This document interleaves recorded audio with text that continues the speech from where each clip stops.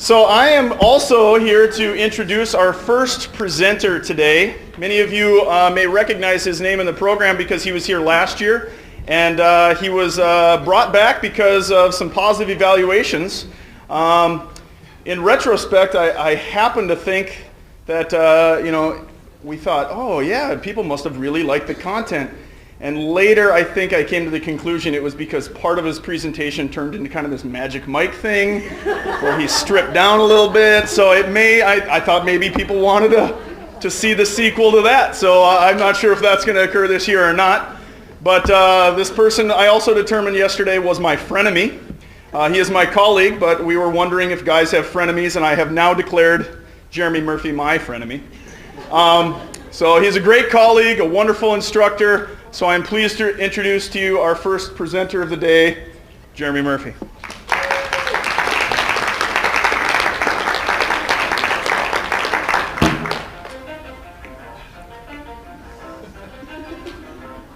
You ready? Yeah. Let's go.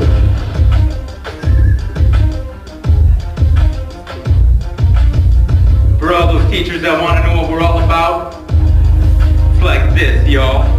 10% luck, 20% skill, 15% concentrated power of will, 5% pleasure, 50% sweat, and 100% reason your class goals get met. Teacher doesn't need a name up in lights, just wants to be heard, sometimes wishes there was a mic, feels so unlike everybody else, alone in spite of the fact that some people still think they control them. Who needs them? You know the road. It's not about the salary, it's all about reality. Students getting poised, write their story, ensuring that their pens stay up, and when they put them down, you're back, you're picking it up. Let's go.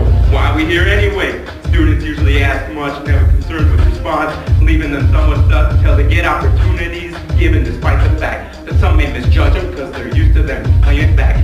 They put it together themselves, the picture connects, maybe asking the teacher's help or giving respect. Students focused on what he wrote, his will is beyond reach, and now it all unfolds. The skill of an artiste. This is 20% skill, 80% tears, 100% clear, cause English is ill. Who would have thought we'd be setting ELA in flames? The next 90 ticks will wreck it with methods and games. Go back to use Common Core, take it to school. They'll be like, teacher, man, since when did stupid become cool? Students say the students the truth. They are paying attention. It stops through the roof. They're staying out of detention. This is 10% luck. 20% skill, 15% concentrated power of will, 5% pleasure, 50% sweat, and 100% reason your class goals get met.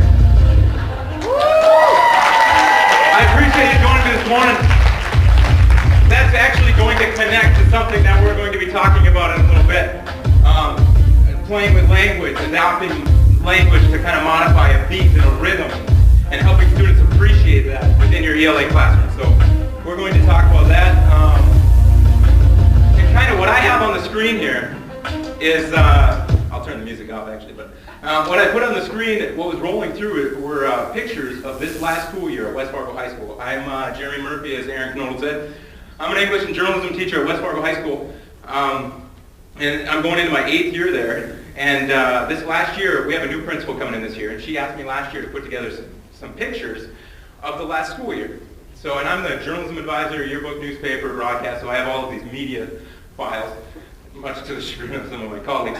But they, sometimes they reappear in unusual places. But I put these pictures together, and I told a couple of my colleagues this as I was doing it. It got me to appreciate everything that faculty and students do every day at the school that I'm at. And I know it happens at every school, everywhere. But students and faculty are so involved in things. When I'm in my room, I'm not even aware of it. So it helped me kind of gain a better understanding and appreciation. I see it every day in yearbook and newspaper, students taking pictures of different things here and there. I'm like, that's really cool. They did cardboard boat races, for physics. That was really cool. So those are the types of things that it helped me appreciate a little more. So, and it helped me kind of think, these students are so involved in so many things that when they come into my classroom, there's a lot of things going on.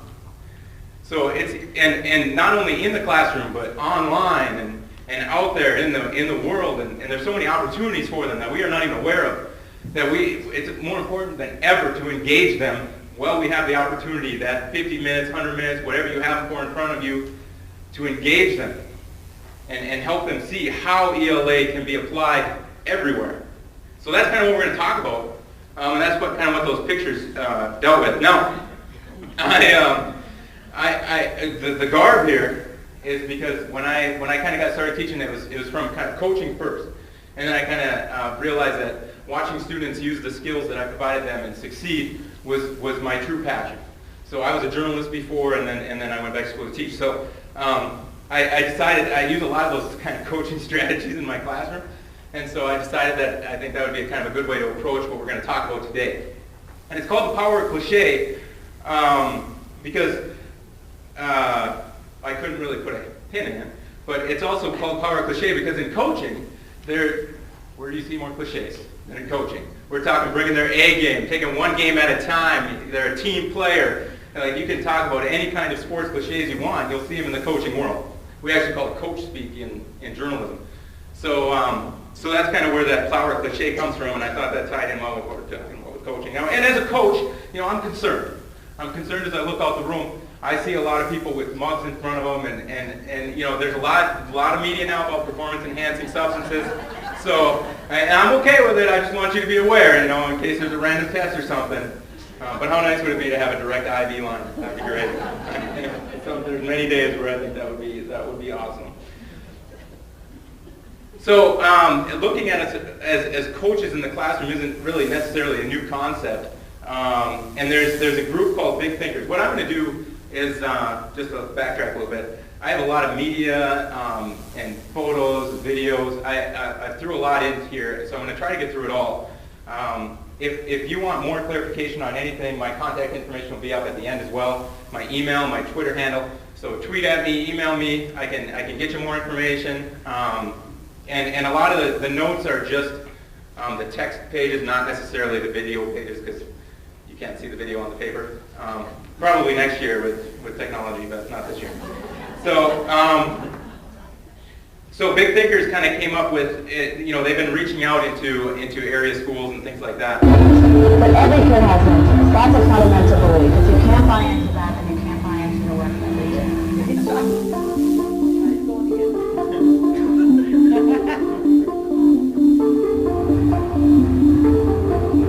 In this day and age, the responsibility of libraries, museums, schools, after-school programs, the type of institutions we work with, is to not only help that kid identify the interest, but progress through that interest, become more advanced. It's just the same job as a tennis coach, the same job as a football coach. It's the academic coach. So she talks about them finding out where students' interests are and then kind of honing in on those interests and helping them kind of refine those skills, which is what we do in the ELA classroom. So what we're going to talk about is I kind of broken it down into a few areas and kind of going with the coaching theme. But we have you have the preseason, you have the time before the school year begins, which is where we are right now. What are you doing to prepare for the upcoming season? How are you going to make this season better than last season is the question that we're going to ask during that session. Pre-class preparation, so before each event, before each game, what are you doing to make that class as high quality and as engaging as possible and better than the last class? In-class methods, what are you doing in that game? What are you doing in that class to encourage student engagement and interaction? And then, of course, you've got to have halftime adjustments. Not everything's going to go as planned. So what are you doing to reflect, to review, to change, to modify? You've got to have those halftime adjustments. And then after class, what are you doing after class to make sure that the next class runs a little more smoothly, to make sure that next year when you do it, it's going to be a little different. So we're going to talk about those 5 areas here right now. So preseason. Preseason, the 3 areas we're going to hit the preseason is preparation, research, and practice. So those are the 3 areas that we'll talk about. And just a disclaimer, there's a lot of ideas, and it's very difficult. I haven't used some of these even because they're so new. I've found them on Twitter in the last month. So we can be guinea pigs together, I guess. But some of them I have used and they've proven successful for me. So just a heads up on that. But preparation, like your mentality going into the school year. What is your mentality as you begin the school year? How are you seeing your role in the classroom? I'm going to start with a quick question here from a comment from Ray Esquith, well-known education author. He says, in schools today, on paper it may appear that kids are learning skills, but in reality they are only renting them, soon to forget what they've learned over the weekend or summer vacation. On paper it seems like they're learning skills, but in reality they're only renting them. How many of you, just a quick show of hands, agree with that statement? How many of you disagree with that statement? All right, so, and no matter what side you're on, I mean, it's a valid question, and it's a question you have to ask before you enter the school year. How are you seeing your role? Are you providing them rented skills, or are you giving them skills that can carry on throughout after they leave your room? You know, because they are so involved outside of what you're doing in your room. So, and either way, you know, times are changing. They've always been changing. Kids these days. They just don't get scared like that. We know the challenge. Since it's shrinking, human kids are harder to save. Human kids, they're changing. So, you know, we've seen it before, and that is a cliche that's been used before. Times are changing, kids are changing. Kids are different today than they've always been. And it's true. It's always true. So knowing who's sitting in front of us is important.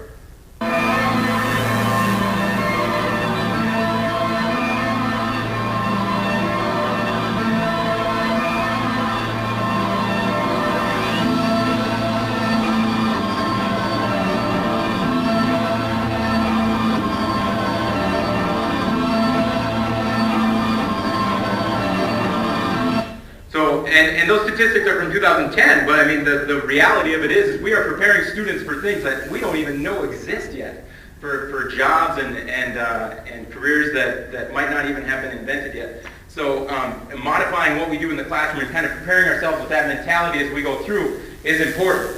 So that's kind of the preparation component. How do you set your mindset? The research.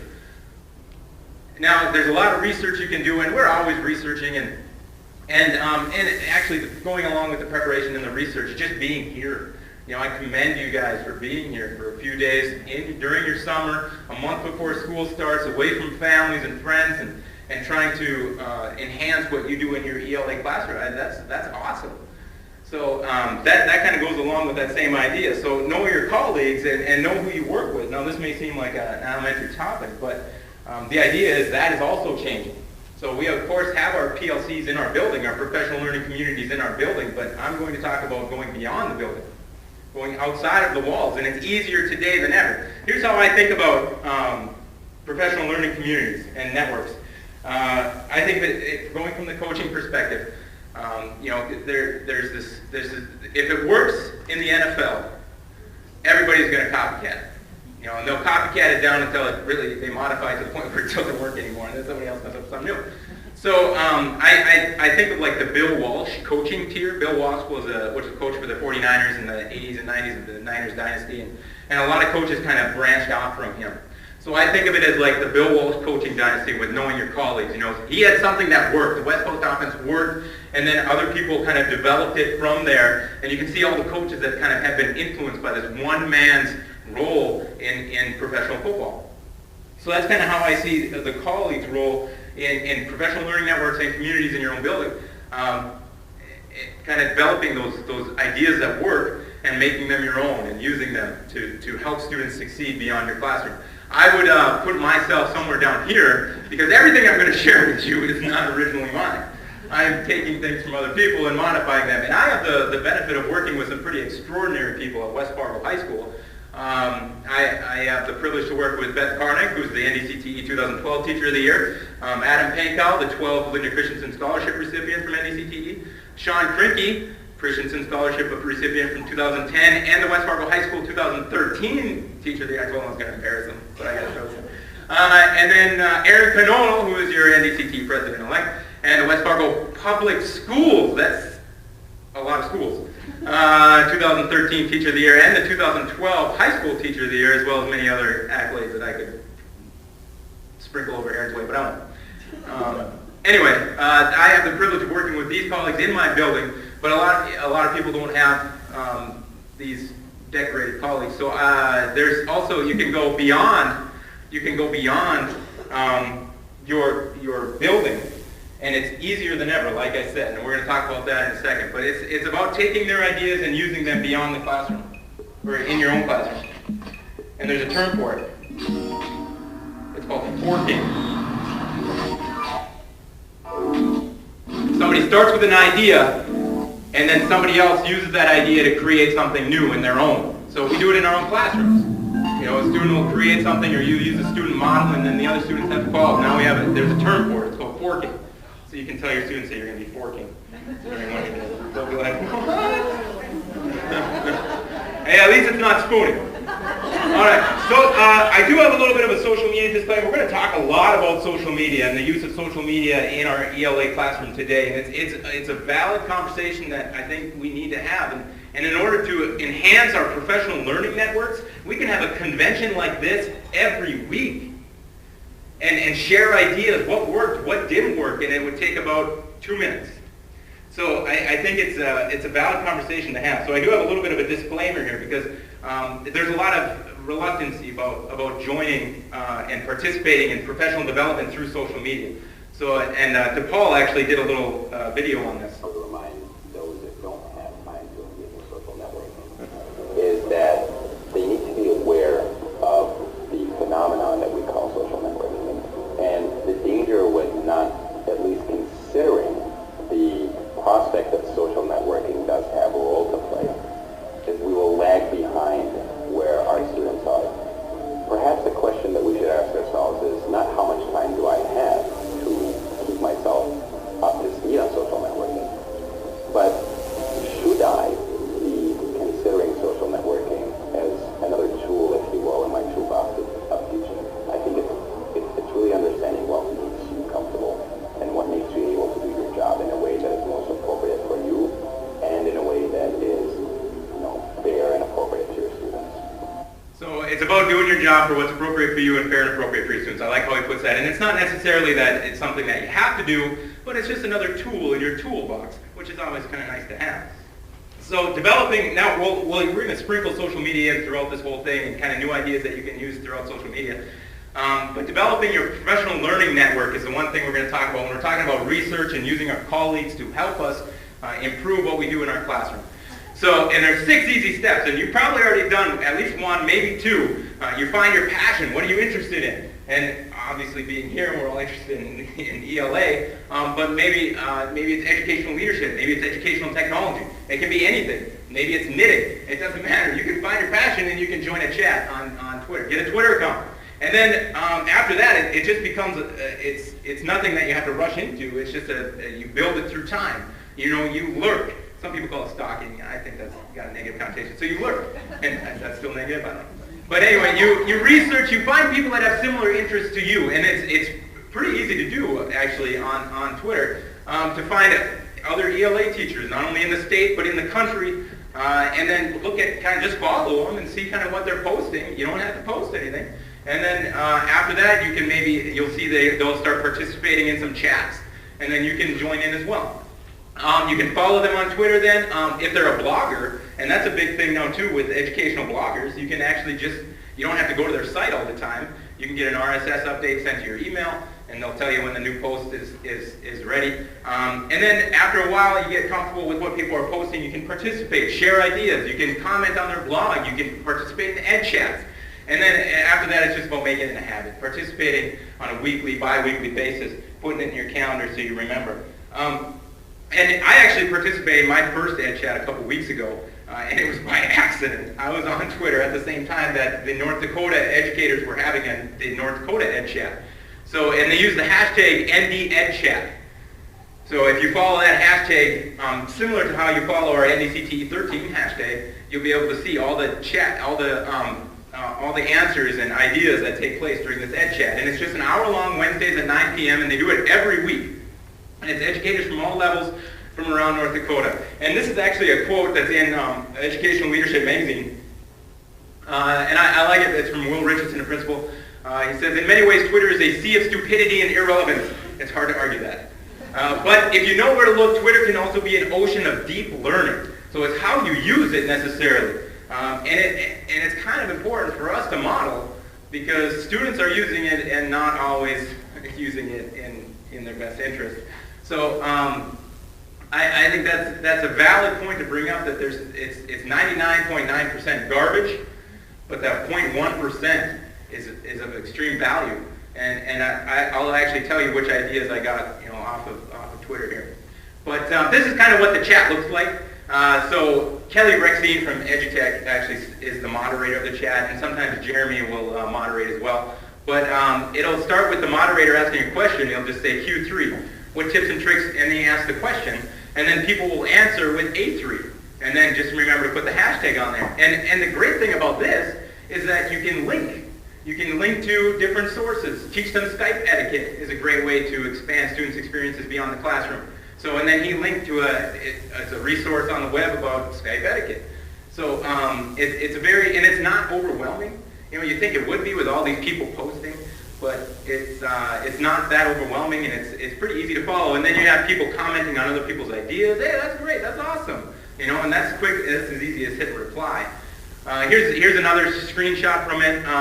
Kelly answered his own question, and then you have people kind of commenting on it and getting students to experience ELA outside of the classroom or just anything, because they're from all content areas. But that's at 9 p.m. on Wednesdays. So what I would love to see, and I've talked to Kelly about this, what I would love to see is a broader participation in that. That is PD all the time. So, which sounds exciting, doesn't it? But anyway, that's Professional Learning Network. So that's part of the research. We're still in the preseason, so we got to keep going here.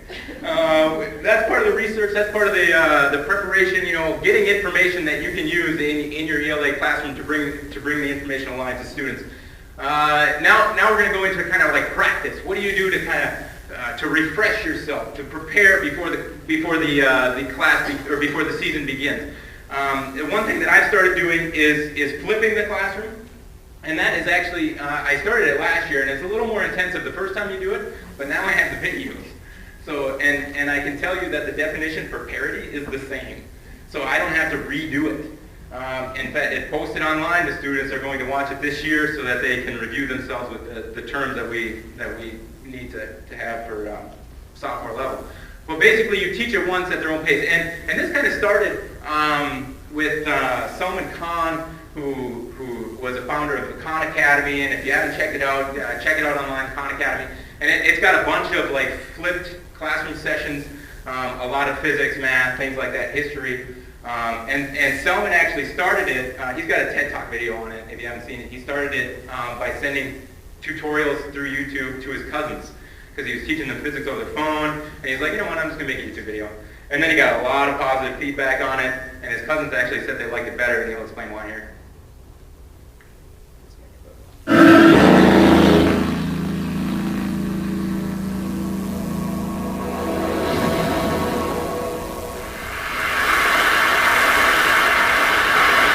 Khan Academy is most known for its collection of videos, so before I go any farther, let me show you a little bit of a montage.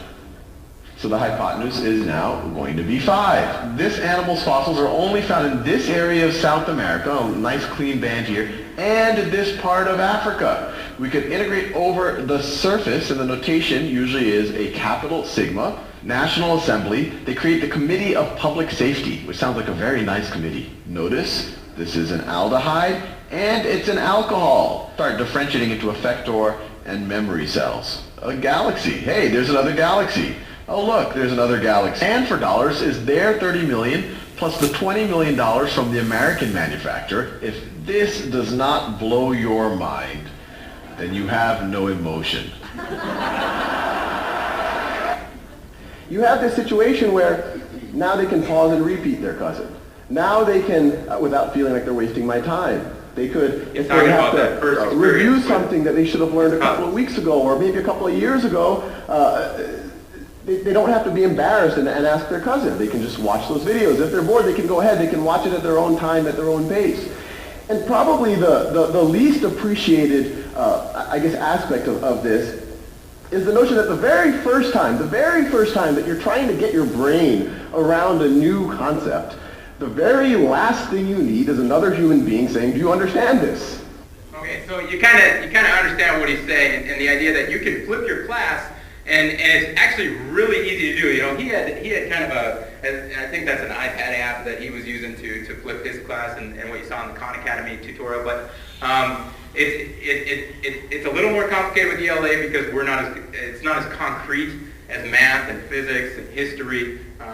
It's more kind of fluid when you're talking about discussion and conversation and novel themes and things like that. But you still have your terms, your background notes, your students can even flip your classroom for you using tutorials. And I have a couple of examples. This is my flipped classroom, a couple of examples from my flipped classroom. And I will, another disclaimer, I actually, I use this, there's a website called Screencast-O-Matic, and you'll see it appear at the bottom of my screen a lot of times, Screencast-O-Matic, and it's actually in the last issue of the NDCTE newsletter, the step-by-step guide on how to set up Screencast. But there's no software needed, you don't even need an account. You just go to the website, you hit start record, and you record whatever is happening on your screen. And if your computer has a microphone, you can put audio in it.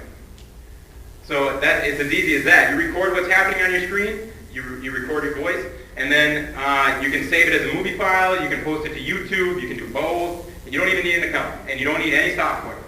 So it's really convenient because software is an issue with school computers.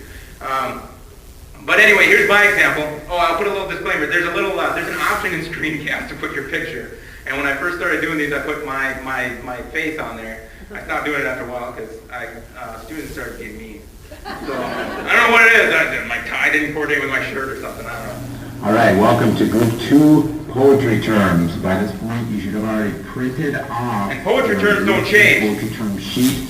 The Common Core poetry terms will stay the same for a while. Same date as the link for this video. Group 2 poetry terms are going to be applied to the poems that we are writing for the second half of the sports. So it's just recording what's happening on my computer screen with my voice, no software, screencast-o-matic.com. Paraphrase as we read a poem. So it's the PowerPoint that I do in class, but now they have to watch it as homework. Restatement of a text. Because why should we have to go through terms in class? And then it's posted online so that when they're reviewing for their final or the exam, they can just go back and watch the terms at their own pace without me going over them saying, do you understand?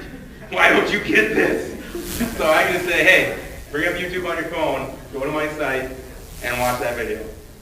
So it's really convenient, and there are things that we can do with ELA and flipping. And I also have had students do it.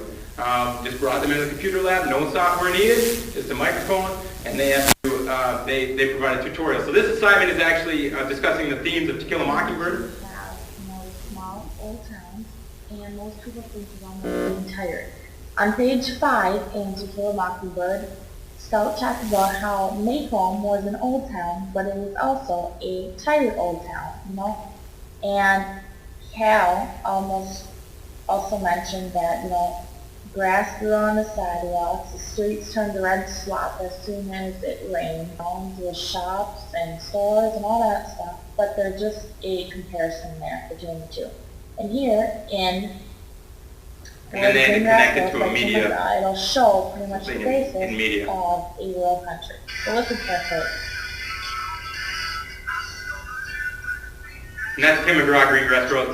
Not that their audio got a little messed up. But anyway, that it's a really easy resource to use to get students. Now that tutorial, I can actually use that to discuss that theme with students this next year. It's forever, and the theme isn't actually going to change. So it's really it's a nice resource to have and kind of keep in that toolbox. So that's a part of the practice. You can also do audio additions to your curriculum. And audio is nice, and this is actually from the West Fargo Public Schools 2013 Teacher of the Year, Aaron Pinodal. But it's kind of nice because it's the students can read it on their own, they can review it on their own. And at West Fargo High School, we also have MP3 players where they can put the audio on the MP3 and then they can have headsets in and that kind of thing and listen. But all it is, you're reading the book anyway, or maybe reviewing it before the class begins or the school year begins, so just read it out loud and record it. And so, and Aaron actually did this with a couple of his novels as well as with his exams. Because again, with accommodations, interpretation assistance, helping with makeups and that kind of thing. So here's Aaron reading an exam. Questions 1 through 14. Use the friendship to answer each of the following questions. Question 1. Which word from paragraph 53 helps the Okay, you reader kind of get understand and then the audio recording of the text. Chapter 12. A. So, Word. and it's going over the top of Aaron's test reading. Downtown with the window wide open, blowing in my D. face. Vengeance. Out of the blue, my mother said to me, Donald, your whole life is in effect. Question 2. So you can kind of see how the Paragraph audio, 20. those audio, I'm going to shut them off now, because I can do that with this. So I can't do that in real life. But with the audio recordings, it's really convenient for students to kind of listen to. They can listen to it at their own pace. They can listen to it at home if you post it, and those types of things. So you're doing it anyway, just record it. And then you only kind of have to do it once because the text's not going to change. So that's the practice component, and that kind of brings us to the end of the preseason, right? It's about time. Did you guys know that yesterday was the last Sunday without football, without professional football? I'm kind of excited. Talking about the end of preseason, right? It's coming up. Questions 1 through 14. I'll get through that. All right. So pre-class. Now you've kind of prepared. You have your flipped classroom. You know who you're addressing in your class. So now what do you do before each class to get students excited, to motivate them before the maybe before the class begins? You can send out, hey, if movies can do trailers, how come we can't do trailers for what we're doing tomorrow? Here's a little teaser for you, right? So it gets students excited about what they're going to be doing. So Vine is a new app, fairly new, like a year old, that which isn't new, I guess, anymore by app standards. But it allows you to do 7-second videos, and maybe you see them, maybe you've posted a couple of Vines. I posted a couple of Vines. I posted a Vine teasing to this session.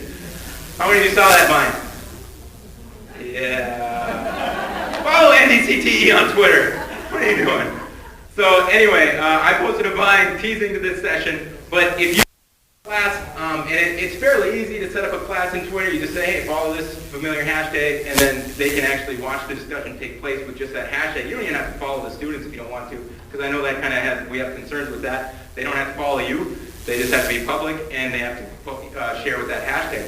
So anyway, so you can actually hashtag through Vine as well. And it takes 7 seconds. All it would be is like, hey, I'm creating this for tomorrow, and I just click my phone and create a little Vine, and then I post it to social media and be like, hey, guess what's coming, guys? It's a pop quiz. And then, hey, did you look at Twitter? No? Oh, surprise. So, but maybe that's not exciting them. But social media video, and it's easy to follow and it's easy to trend. So here's an example of how to do it, a Vine. It's like a 50-second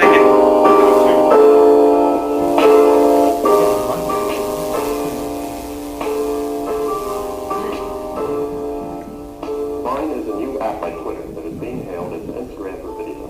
It lets you create short 6-second videos that look like a GIF. Here's how it works. When you open Vine for the first time, you can sign up via email, or you can link it with your Twitter account for easier sharing. To create a Vine video, tap the camera button on the top right corner of the screen. Hold your finger down on the screen to start shooting, and the bar up top indicates how close you are to hitting Vine's 6-second limit. You can shoot for 6 straight seconds, or you can let go and shoot your video in multiple parts. So it's kind of like using time-lapse, or you can have a solid 7-second video. It's 7 now, it's 6 when this tutorial is next to share your Vine video. If you want to save your Vine videos onto your iPhone, you need to allow Vine access to your photos. Add a caption or message, choose where you want to share your Vine video, and tap done. Falling somewhere in between the GIF and the video, Vine stitches your 6-second video together and loops it continuously. And this is what our final product looks like.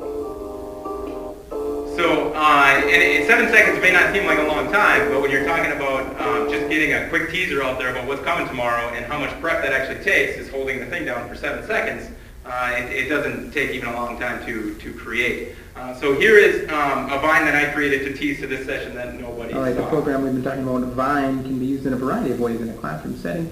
I like it as kind of a teaser for an upcoming activity or event or a reminder for students, and you can include the hashtag and put it on your Twitter feed so that they are able to see it and follow it. Sometimes video speaks louder than words. Here, I created a teaser a few days ago regarding my presentation I am currently doing. And for those of you who didn't see it, didn't do a very good job of teasing to this presentation, but here it is.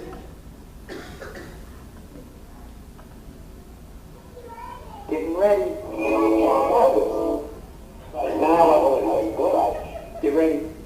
Getting ready. Okay, and you can see my hashtags, my classroom hashtag. Until you actually tap and hit the pause. And the NDCTE hashtag. Or just So I also did one for fun, kind of just actually a couple days ago in my daughter's flower garden. Okay, quickly, here's another example of a Vine that I have posted to my personal Twitter page.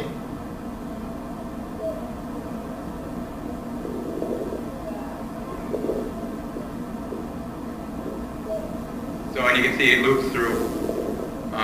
But that's Vine. And you can find creative ways to use that in your classroom to tease the upcoming assignments, videos. Students can use it creatively and then hashtag your class hashtag to share that as well. I've had students do Vines as part of any kind of supplements to different projects and things like that. So, and it works pretty well. QR codes. How many of you have used a QR code before?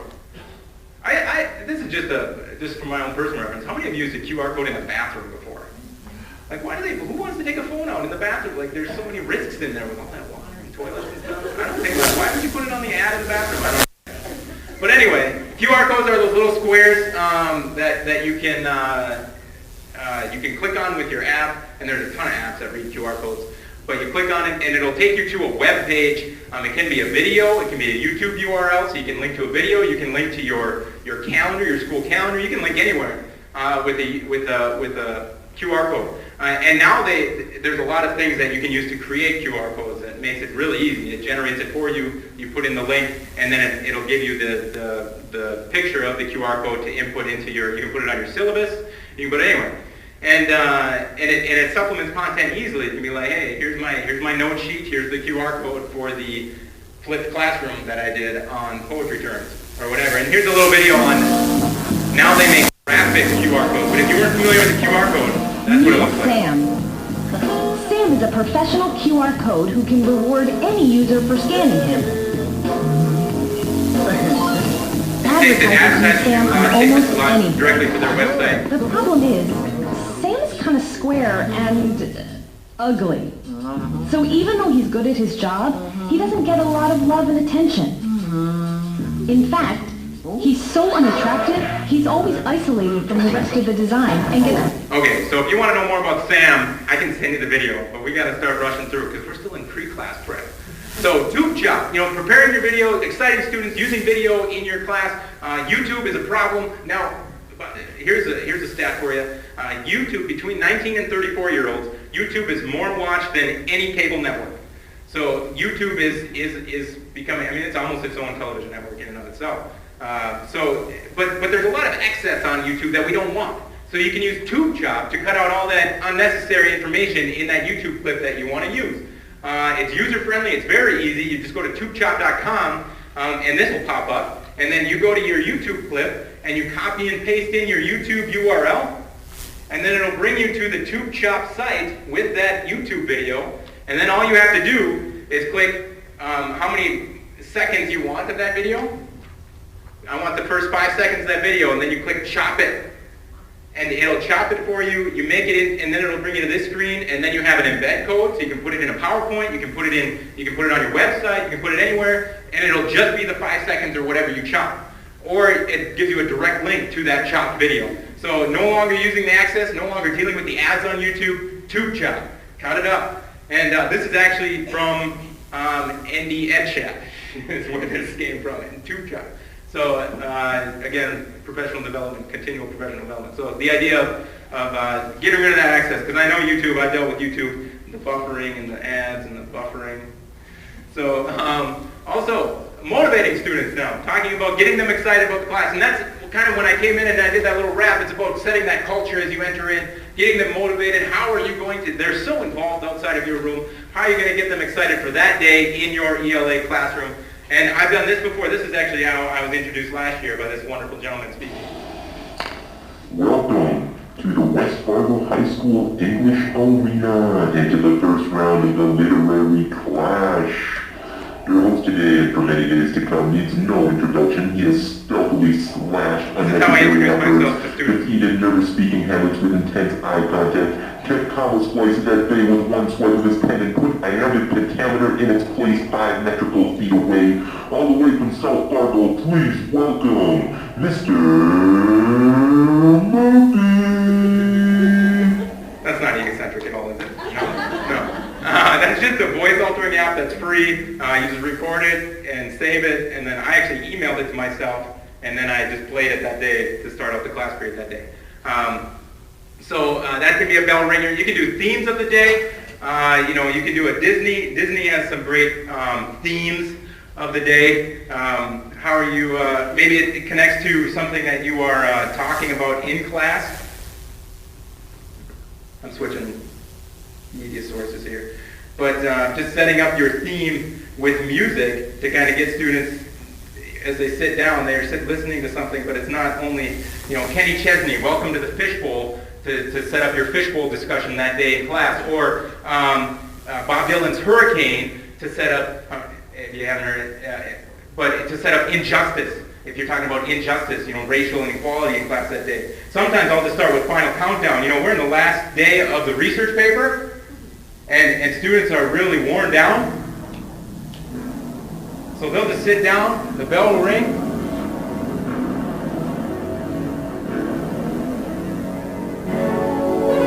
And I ask them, what have they brought today? How are they going to make today better than yesterday? How are they going to make this the best piece of writing that they have ever created? This is their computer lab. This is their classroom.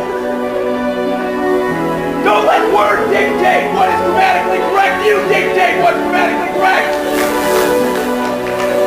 So, just kind of getting them excited a little bit, giving them a little bit of a different atmosphere. You might not be a yeller like I am, but giving them a little bit of a pre-game atmosphere. Get them excited, doing something different because they are so involved in their lives. Now you're going to shake it up to knock some sense into it when that class period begins.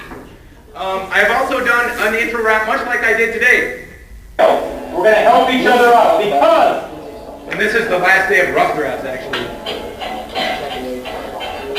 Look, if you had one shot or one opportunity to seek that grade you always wanted, would you capture it?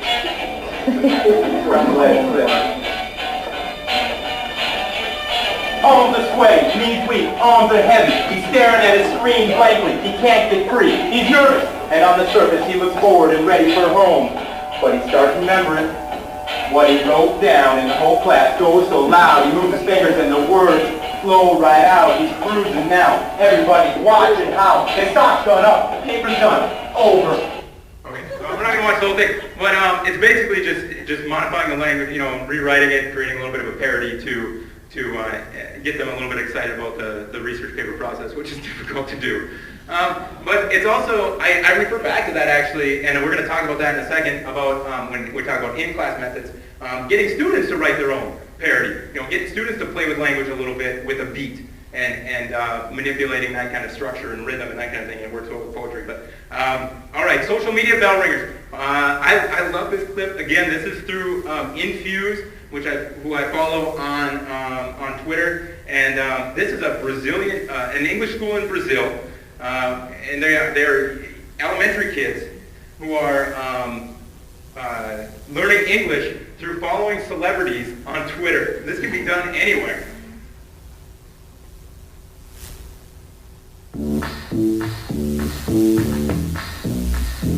I think main point of social media is how fast it is. So by being fast, they're not really worried about their accuracy, they're more worried about the message. We have celebrities that are not really worried about the language. Concerning education, it's really bad because when they see their idol speaking like that, they come to us and say, but this is right, he's American, he's using it. And it's not the case.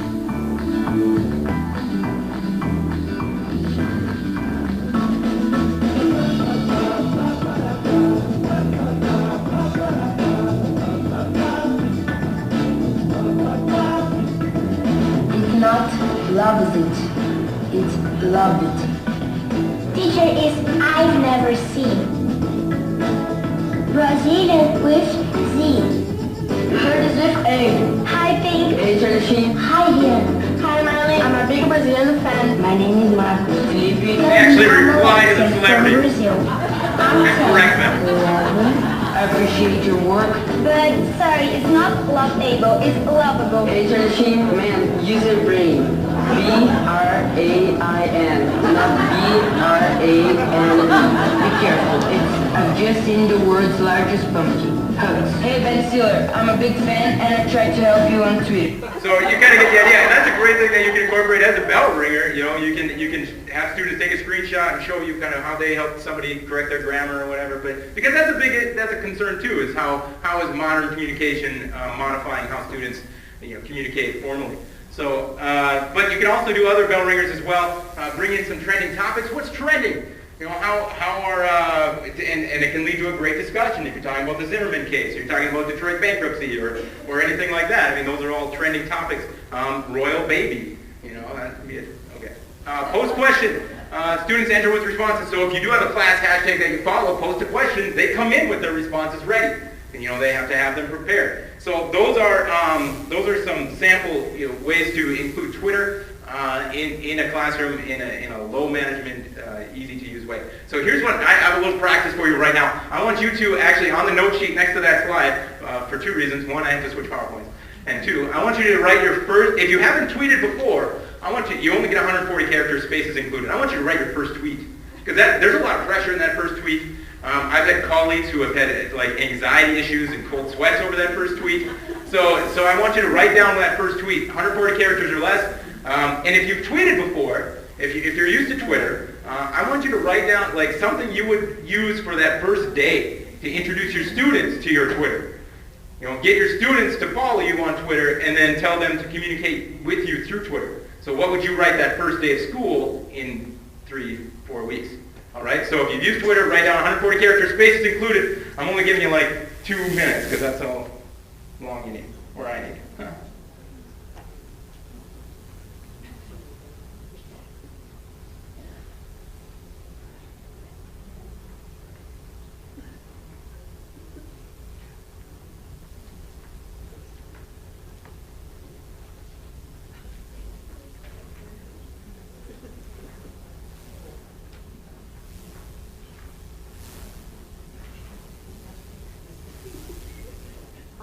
Hashtag English is awesome.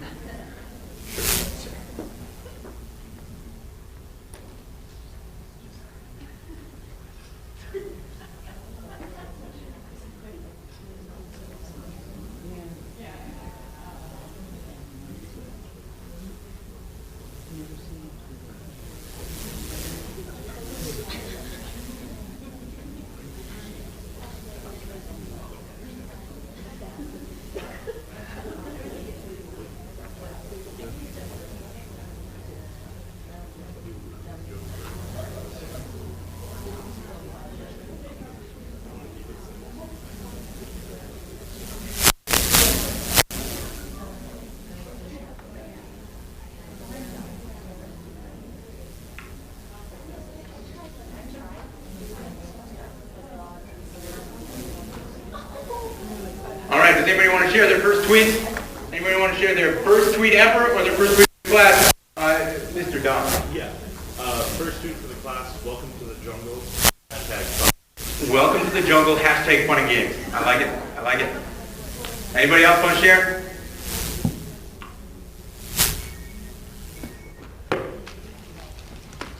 Mr. Don, here's a t-shirt. Congratulations. Thanks for sharing. Anybody else want to share? I have prizes. I have a lot of prizes. Is this your old t-shirt? Enjoy it. Use it wisely. Okay, we'll move on. I do want to make a note as well. For those of you who have colleagues who weren't able to participate today, we are actually webcasting live via our West Fargo High School broadcast webcast page. So this is actually broadcast live on the World Wide Web right now, and all 0 people that are watching will enjoy it. But I put it on Twitter already, but it'll be archived also on the NDCTE webpage, the videos of the presenters and things like that. So it's something new we're trying. First time ever webcasting live at NDCTE. But and the URL is wfhspackardtv.com. If you're like, hey, you should check it out. And there's also a mobile site too, but we don't have to. That's a little more complicated, so we don't have to get into that. All right, so now we're in class. We finally reached the point where we're in class. And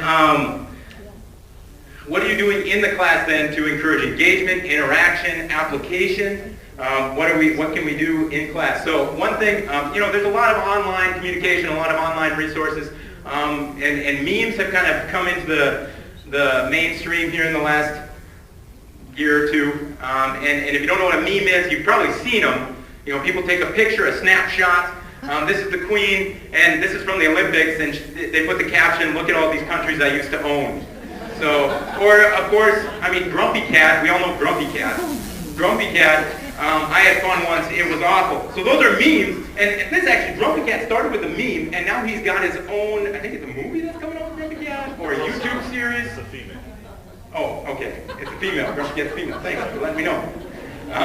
But I had students creating memes for fun. So I was like, why don't we use memes to kind of either lighten up the environment or post on Twitter for fun, to encourage people or whatever. So they have, what have you done with that page? They just take a funny picture of themselves and then they add a caption to it. This is a newspaper-related one with my newspaper class, but this one could apply to English as well.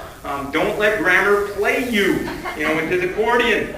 So and they were doing that for fun and posting them around the room. So it got me thinking, why not use that and have students do that? They know what that is, and they have fun doing it already. They already do it. They already make them. All right. Kinetic typography is also kind of a fun visual addition to an ELI classroom. And if you haven't heard of kinetic typography before, it's basically like the moving of words, visual speech, visual representation of speech. You can review key text elements to visual typography. You don't even have to create it. There's a ton of speeches already on YouTube. You type kinetic typography and you type Hamlet, and you'll get Hamlet's soliloquy in moving speech. Create low-tech versions. You can do low-tech versions. Students actually put the words on paper and move it around, and that kind of thing. You can also review text branding. They brand through kinetic typography, and that's what. So this is kinetic typography, and you can see he changes familiar brands into words that fit his song.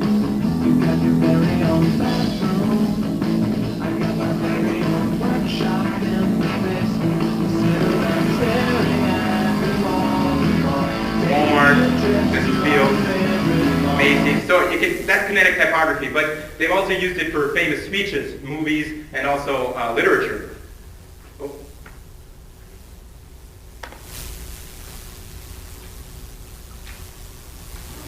To be or not to be? That is the question. Whether it is nobler in the mind to suffer the slings and arrows of outrageous fortune, or to take on taking the sea of troubles, and by a bruising ending to die. No. So kinetic typography is kind of fun way to visualize a speech, and there are other speeches too. And you can take Morpheus from Matrix. Morpheus. You can take Morpheus's blue rabbit bunny.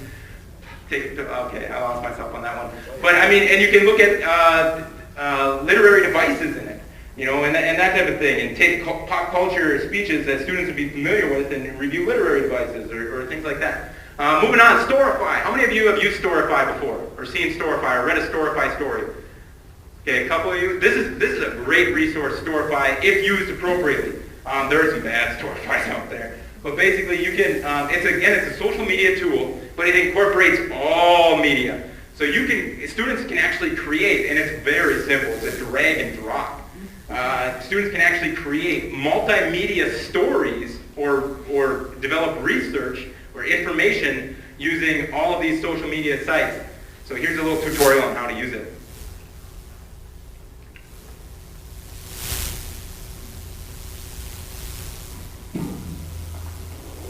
Storify helps you tell stories with social media using tweets, Facebook posts, YouTube videos, Flickr photos, and the other elements from the web.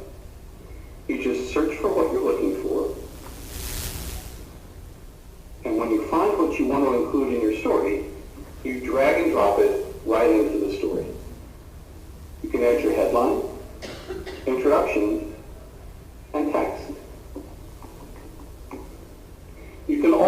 add more to your story or move the elements around just with a drag and drop. When you're finished building your story, you can notify the people you've quoted, tweet it out, share it elsewhere online. Okay, we'll stop there. But you can see how you can take, and we're talking about the issues with social media and creating better digital citizens in our students. This is a great resource because they have to decipher, that's garbage. That person's just angry at the Zimmerman verdict. You know, that's not a well thought out research. And it also puts in links. So if it's a journalist who's typing a tweet and then they're like, check out this story, and then they have a link to a story. So not only is it a storify of information that student found on Twitter, but it links to information out on the web. So it's a multimedia interactive paper that they have to formulate. They put it together. They decide that's garbage, that's not, this flows here, this is topical to this area, and that type of thing. YouTube clips, Twitter feeds, Facebook posts, anything can go in a storify all together. And then they just get a URL. They can send it out to you. They can post it. They can tweet it, or anything like that. So this is something that I will be incorporating next year. I didn't have the chance. I mean, it's a rather new media, but it's something I'll be incorporating next year to help encourage, like I said, that digital citizenship model, and to help them understand that not everything on Twitter is of value. But they have to find critical information. They can set up two sides of an issue. They can find, and it's easy to search, and like you saw in that tutorial. So if you want more information, definitely let me know, and I can send you that whole tutorial, or you can find it on YouTube. So this is one method to engage them on their level with their media that they see every day, and help them become better judges of what they see in something that they are seeing every day. But also, like, I use stick pick or pick a stick, and this is actually my wife. My wife was an elementary teacher, and she actually, I saw this app, and I was like, because she has the can with the popsicle sticks in it. I'm like, I just shake it, and it gives me a stick. So, but you set up your class, and then that's what takes the most time. And then you just shake it. You go to that class, you just shake it, and it'll give you a student, and then it has a list of questions. So, and you can set where you want it to be on the Bloom's taxonomy. So depending on the student, depending on the level, and the students won't even know. But you can set kind of where you want it to be on the Bloom's taxonomy.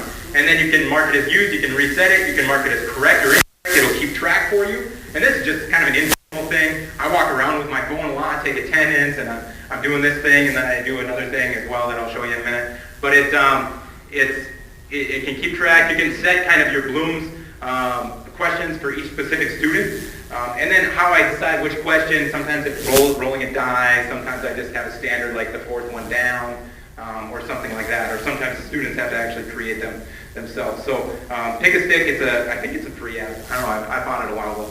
But and then you can grade them as well. You can give them. It comes up with a little bit of a rubric as far as how well they did. Value cards, interaction. This is an activity that I had last year that I didn't have time to get to, and I'm thinking we're not going to have time to get to it again today. But value cards on your table is an envelope. So here's what I want you to do. I want you to, this is a great activity for character analysis. We'll do this quickly. This is a card trading game. If you ever traded baseball cards as a kid, this is just like that. You're going to have flashbacks. You're like, I'll give you a Ken Griffey Jr. rookie card for that card of life. And so basically what you're going to do is you're going to select a character. So you're going to divide these out. Just deal them out evenly. Just go around the table, divide them out evenly. They have different characteristics on them. And then I have a list of characters here. So, and they're from pop culture, from literature. I just gave you a whole bunch. But you can use the actual characters in the novel that you're reading. And then what students will do is they'll trade these cards. And you can use these in a variety of ways. But for this purpose of this activity, we're going to do this quickly. And I want you to just pick a character. You don't have to tell anybody who your character is. And then I want you to try and trade for those specific qualities that character would have. Okay? What would that character's characteristics be? And try and trade for those characteristics. And then we're going to try and guess who each other has at the end. Or you can guess as you go. But I don't want you to just be like, this is what I have. What do you have? Hey, I'll take that. I'll give you this. I want you to actually communicate. This is about interaction. Interact with each other. I have an athleticism. Would you like that? What do you have? I need a courage. These are all of them, so you don't have to see. You can just be like, do you have discipline? Do you have fame? Who has flexibility? And that's not like gymnast flexibility. And here are the characters, if you haven't picked one yet. Here are the characteristics. You have like 30 more seconds, by the way.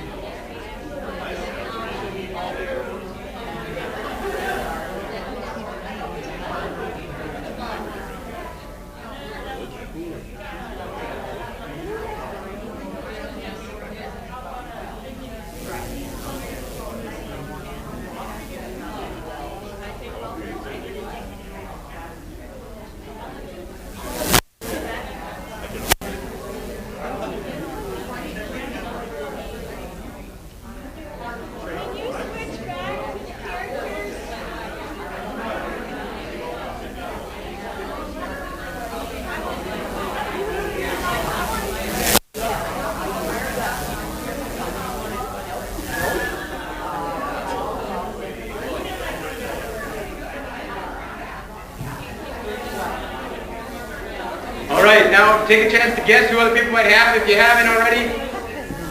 If you have guessed correctly, switch back to the characters. Here are the characters that you had to choose from. Anybody guess who people might have?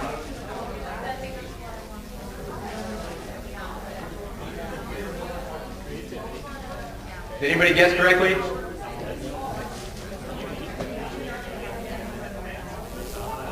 Can someone just tell me if they guessed correctly? Hey, yeah, there you go. Anybody else guess correctly? It's yeah.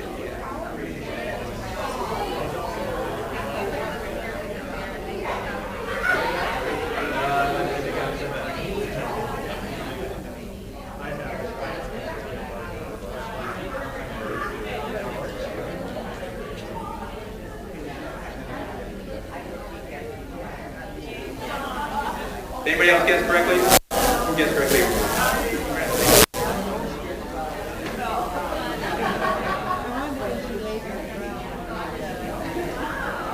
Did a good job. Good job. Okay, so that's about all the time we have. You kind of get an idea, and again, this can be modified to meet your needs, your time constraints. So, you know, I should have put the mic further away from the whistle, but that's again, that's why I have a whistle. You can kind of modify this to meet your needs. There's a lot of different ways you can use value cards. Sometimes I'll assign them to students, assign students characters so that you don't have overlap and things like that, and people fight for the same qualities. But it's a good way to get them thinking about character motivations and characteristics and that kind of thing. So we'll move on to, this is a game, woulda, coulda, shoulda, that you might have played, you know, at your party nights or things like that. But I've seen this on Jay Leno, woulda, coulda, shoulda, and it got me thinking, you know what? That would be fun to incorporate into the classroom. Our next story, when cries for help were heard coming from the inside the walls of an apartment building in Russia, firefighters responded and quickly discovered why. A man was stuck in the garbage chute. The 31-year-old man said he was having an argument with his girlfriend, and when she started chasing him down the hall, he jumped into the garbage chute to get away and fell 3 floors before he got stuck. There he is right there. What up? Did you see how teeny tiny that little garbage chute is? I would have just been thrilled to have fit in it at all. With these there? That guy's my goal weight. Are you kidding me? Yeah. All right.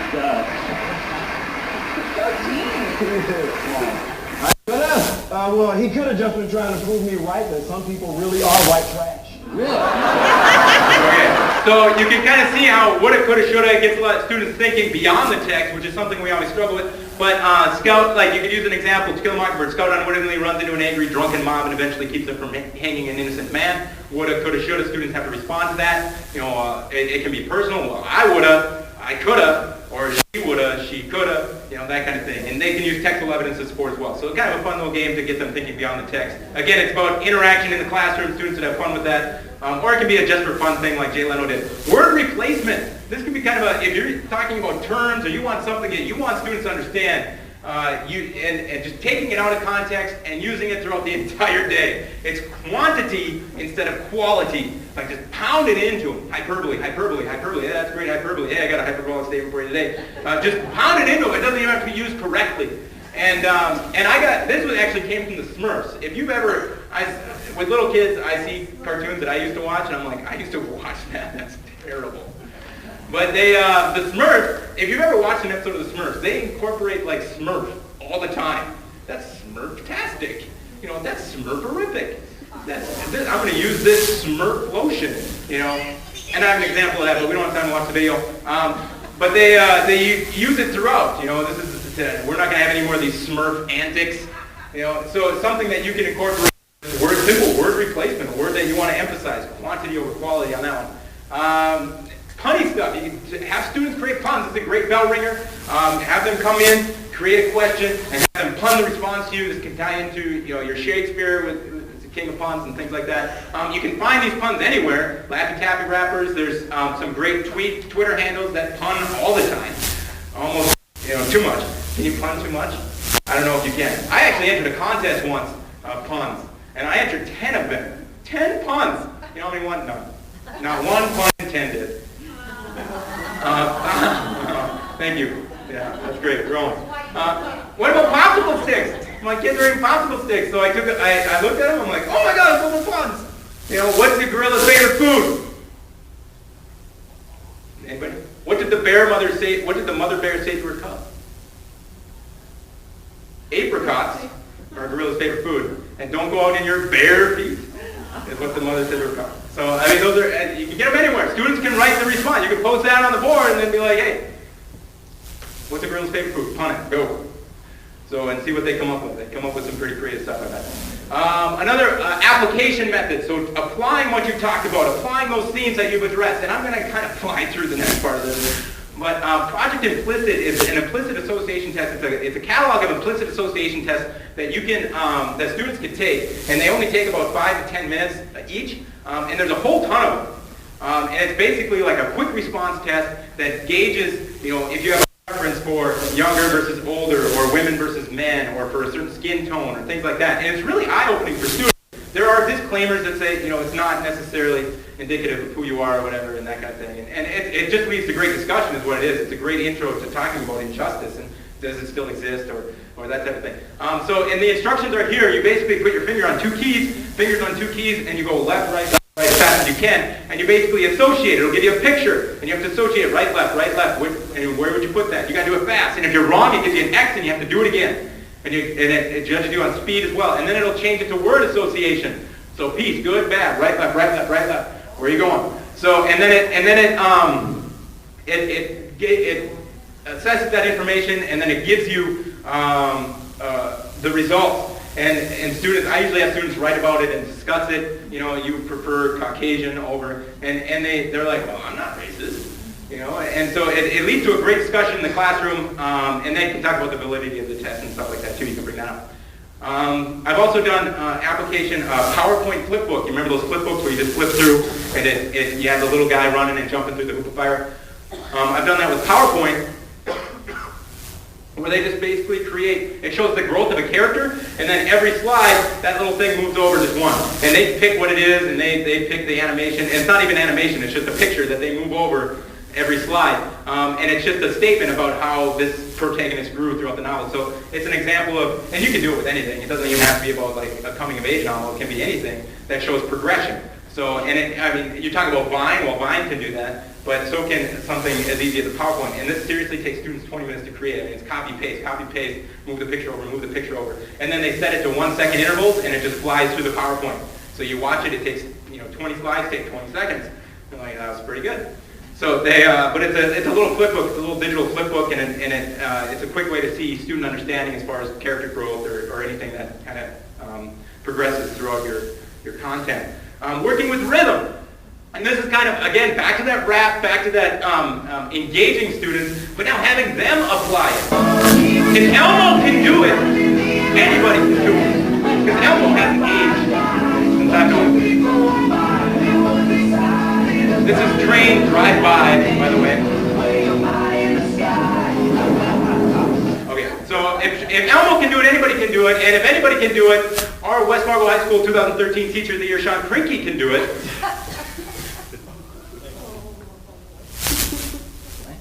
This is our, we created a couple of parodies as an ELA group for fun. We actually have a label now called Hyperbole Productions. So I'll have to show you a quick clip of this because it has a great cameo by the West Fargo Public Schools Teacher of the Year, Aaron Knodel, in drag. That's Aaron Knodel right there, with his voice T-Pain. So this is based on Love the Way You Lie by Eminem and Rihanna. So, and it's Love the Way You Read instead of Love the Way You Lie. I can't tell you what the book's about. I can only tell you. And there you go. There's Mr. Krinke right there. Now I feel the mic in my dead right. You can't read, but I still. Yeah, and then we all have a little part to play. But so you can create your parodies. You can give them as examples. Those are actually on YouTube. They are public. You can show those. You don't have to create one of your own. And you can embarrass the entire West Fargo High School English staff while you do it. And what I'll do is I actually have students. I give them a beat, and then I have them create.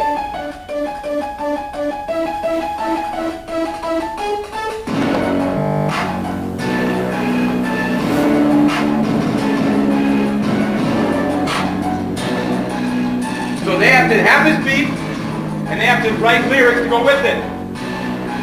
And I have lyrics, but I won't go through them. So you can kind of, and those are all free media sources.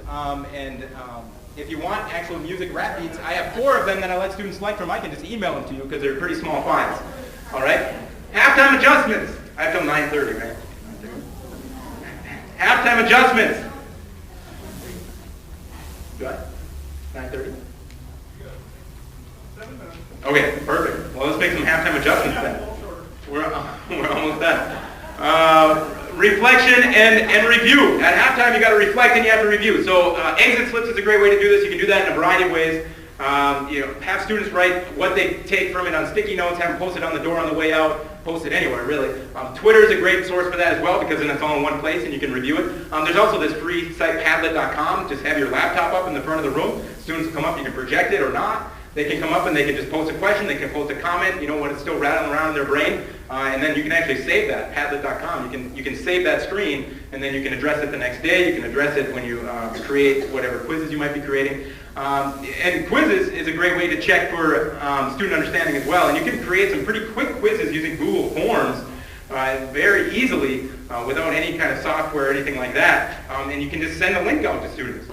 You can send the link out, and they are really easy to grade as well through an application called Flubaroo that we don't have time to watch the tutorial on.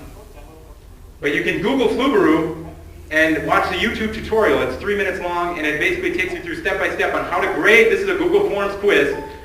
It'll grade the quiz for you. So, and it's that easy. And they can actually email the results out to students. They can email it to parents. And students actually put this information in for you. You're not creating the spreadsheet. They're doing that through Google Forms. This is the answer sheet that they responded. So you're just creating the quiz on Google Forms. You already have the quiz. Just put it in Google Forms and grade it for you using Flubaroo, which is a great name for anything, by the way. Class Dojo, talking about reviewing. Class Dojo is a mobile app that you can use. You set up an account online. And this is also something that I saw through Twitter. Class Dojo, you can use your mobile device throughout the class, and you create your class. You got to do it online. You can't create a class on a mobile device, but you do it online. And then you create your class, and then as you're having class, you can just select students. You can be like, hey, you participated. If you have a fishbowl discussion and you're just keeping track of students participating, you just click on their name, click plus, and then it puts a little number next to their name, and then it'll actually, you go online. And you can do negative too. I'm not a big fan of negative reinforcement. But if you want to keep track for your own records, like, hey, you're tardy today, or unprepared, or whatever, you can do that too. But then you go online, you log in, and it'll give you a spreadsheet. It'll give you a report. This is how much they participated. This is how often they were prepared, during the time period that you select. So So those are some halftime adjustments that you can make when you're looking at student interaction, student application, whether you're assessing them formally or informally. Post-class routine. What are you doing after the class now? How are you improving for the next class? I know we're flying through this, but my contact information will pop up at the end. If you have any questions, you can email me or tweet at me. Repetition recognition. I think that's what we have to focus on after class. So I follow students on Twitter, and I don't really care what they tweet. I'm not going to be like, obviously I tell them to be good digital citizens and don't be aware that what you put out there is public, and most of them are understanding of that. But they're easy to follow and manage. You can put them in lists, and I'll share that in a second. But this is a conversation. Basically, this is a student who met Hunter Hayes. I just met Hunter Hayes. My life is complete. And I just replied to her and be like, nice hyperbole. Good job. And maybe they'll block you. That's fine. Like, all right, I'm not going to reply to you anymore. But maybe they'll just, she actually favorited that. She's like, hey, yeah, thanks. So, reinforcing those terms after the class. Live tweeting. You see it all the time with television shows and events. People will live tweet it. They'll tweet it as it's happening. So why not live tweet literature? Or live tweet a class? Or live tweet a conference? Or anything like that. So this is Anthony Bourdain live tweeting iCarly. An example. But you can live tweet really anything. The problem with that is spoilers. A lot of people get upset about spoilers when they live tweet Game of Thrones. Big issue with spoilers. Which I don't even understand. But anyway, use common hashtag, and you can live tweet, students can follow, students can interact. It's kind of a fun way to get them interacting outside of class, because like I said, they're so involved. Tweeting text, you want to be careful, you want to avoid repetition. These are two timelines during the All-Star baseball game. All of these talk about Cano being hurt. All of these talk about Cano's x-rays results. So it just fills up the timeline. So I tell students to avoid repetition and that kind of thing, because that is one issue you can have with Twitter. And then constantly communicating. This is from the NDCTE Teacher of the Year, Beth Karnick, on Today's Meet. This is kind of like a Twitter, but it's a little more easy if you don't want to get students' Twitter accounts and things like that. It's just Today's Meet. You go to todaysmeet.com. You set up a unique URL depending on your class. You set up how long the room is open, and then basically students type in their messages.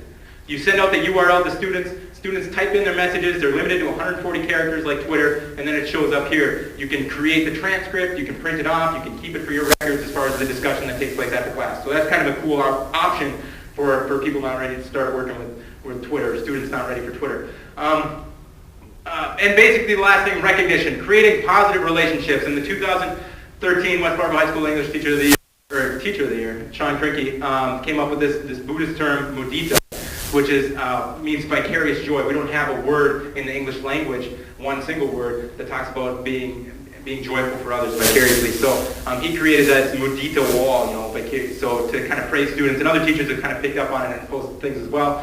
But you got to take it with a grain of salt, because this is Krincke, and he does have a big mural of himself with students praising him around it. So, but it's creating that culture, that recognition. That's always afterwards too. You're going to have your corrections, but you also recognize those that do well. So that's kind of the 5 areas that we went through. I know I went through the last couple fairly fast. Basically, you don't want to be this coach. How many of you have seen this Rutgers coach?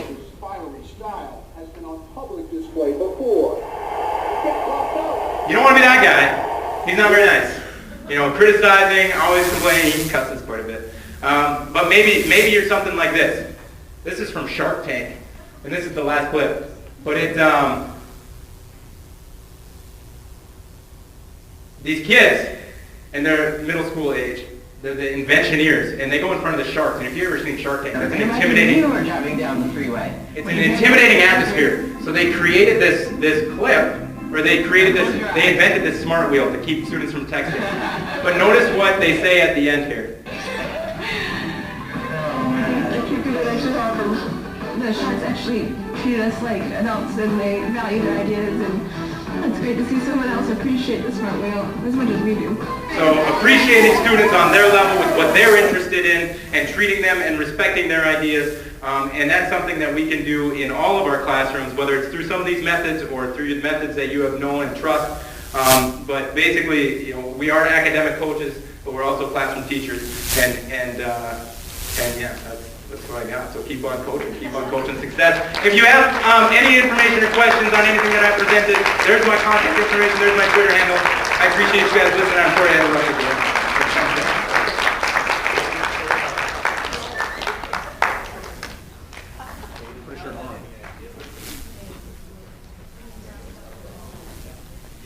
big job. I definitely think we have to have him back again next year because he does such an amazing job.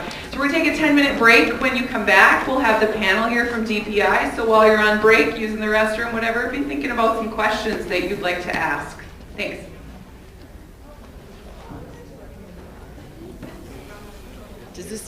Is there any way we could